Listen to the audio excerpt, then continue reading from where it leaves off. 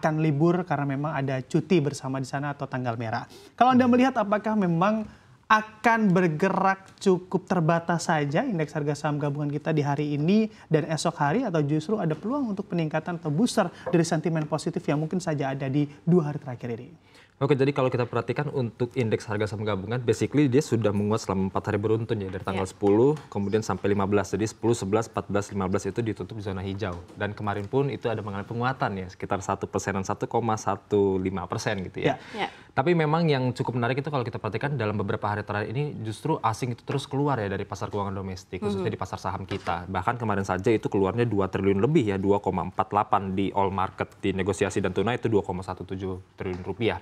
Jadi memang di tengah ada penguatan di ISG kemarin itu dan kemarin-kemarinnya lagi juga berturut-turut 4 hari itu, ternyata net foreign sale masih terus terjadi gitu ya. Betul. Bahkan angkanya juga besar ya. Kalau mungkin dalam beberapa waktu terakhir ini mungkin total ada mungkin 7-8 triliun rupiah belakangan ini di pasar saham kita net foreign sale-nya gitu ya. Kalau kita perhatikan mungkin sepanjang pekan ini kelihatannya masih akan di zona hijau, khususnya di hari ini kelihatannya pergerakannya tidak semasif kemarin atau semasif 2 hari lalu ya. Jadi kelihatannya hari ini kalaupun menguat mungkin penguatannya agak relatif terbatas karena kembali lagi penguatannya sudah signifikan sekali belakangan ini, dan juga sebenarnya kalau kita perhatikan itu ada meninggalkan gap juga ya di bawah. Jadi kelihatannya kalaupun menguat, kelihatannya menguatnya agak relatif terbatas, tapi tendensinya mungkin agak 50-50 ya, menguat agak terbatas ataupun melemah. Mungkin ada tendensi juga karena kita perhatikan di bursa Wall Street juga itu agak cenderung mengalami depresiasi juga. Oke, baik. Saya terbalik begitu ya. Ternyata rupiah yang melemah tidak beriringan dengan pergerakan indeks harga saham gabungan di hari kemarin.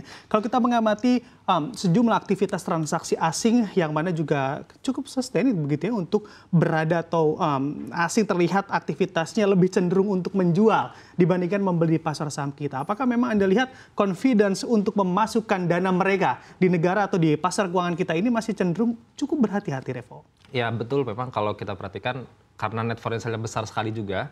Bahkan kalau kita perhatikan gini, jadi bukan hanya di emerging market atau di Indonesia saja, tapi juga kita bicara di US sana juga kita tahu indeks dolar Amerika Serikat juga turunnya cukup dalam. Bahkan sekarang DXY itu di 100 ya, angka itu DXY itu di angka 100. Bahkan sempat beberapa waktu lalu itu di sekitar 99, di bawah angka 100.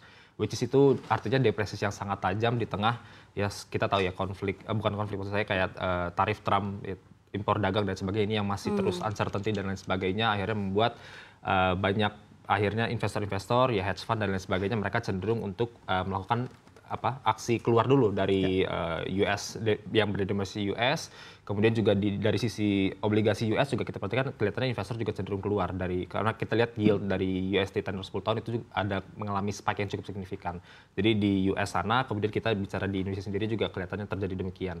Kalau kita perhatikan memang kelihatannya untuk flow atau alokasi dana kelihatannya saat ini lebih ke arah gold dulu ya. Jadi makanya di tengah uncertainty secara theoretical ekonomi juga gold terus mengalami kenaikan, bahkan sudah menyentuh ATH juga ya di $3.200 per troy ounce. Jadi ini membuat investor cenderung melakukan shifting dari yang lebih risk asset, mereka akan cenderung untuk masuk ke yang lebih safe haven kira-kira gitu. Kalau kita bicara currency, beberapa currency yang cenderung lebih kuat gitu ya dibandingkan DXY itu sebagai contoh ada Swiss franc, kemudian juga ada yen Jepang, dan bahkan ada Russian ruble. Jadi itu rubelnya Rusia juga kita perhatikan secara year-to-date ternyata naiknya cukup oke banget gitu ya, bahkan melewati Swiss franc.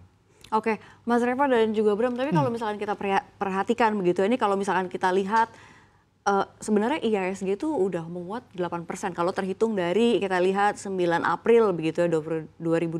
Tapi kalau misalkan kita melihat dari sekarang, kita lihat net sale asing itu udah tembus lebih dari 2 triliun. Ini apakah memang kalau kita lihat ini aksi jual ini investor mencerminkan kekhawatiran begitu akan adanya dari sentimen-sentimen eksternal atau seperti apa? Atau ada indikasi apa lagi nih sampai memang begitu masif begitu ya net sale asing keluar hingga lebih dari 2 triliun gitu, 2,48 triliun. Ya kalau kemarin betul 2,48, tapi kalau kita bicara satu pekan terakhir mungkin tuh udah di atas 7 atau 8 triliun rupiah in total gitu ya.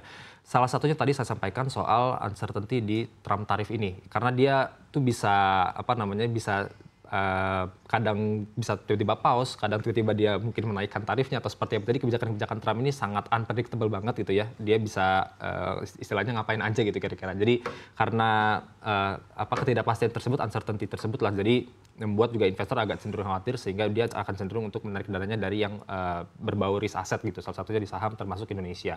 Itu satu. Kedua, kita perhatikan juga potential recession di Amerika Serikat, yang mana Amerika Serikat itu adalah negara yang superpower, adidaya, dia punya PDB terbesar di dunia, mengalahkan China, Uni Eropa, dan lain sebagainya. Jadi ketika ada terjadi resesi di sana, artinya kan secara resesi itu by theoretical atau secara teknikal kan dia berarti kan 2 kali beruntun, dua kuartal beruntun dia berada di zona negatif gitu ya, artinya melambat.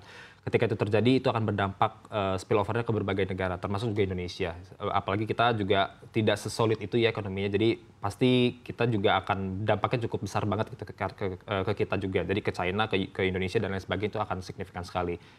Kita perhatikan memang data-data ekonomi US saat ini juga ada mengalami kemunduran juga.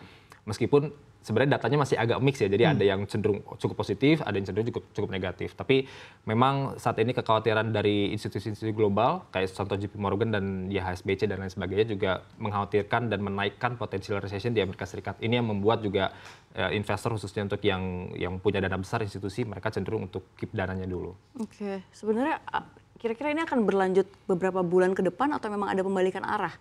Ya, kalau kita ngelihat kondisi saat ini yang ada memang kelihatannya agak cukup panjang ya. Karena kembali lagi Trump tarif ini dan ya potensi resesi dan sebagainya ini lagi hot banget dibahas. Jadi kelihatannya mungkin saya rasa ini bukan dalam jangka waktu pendek, ini kelihatannya masih agak panjang.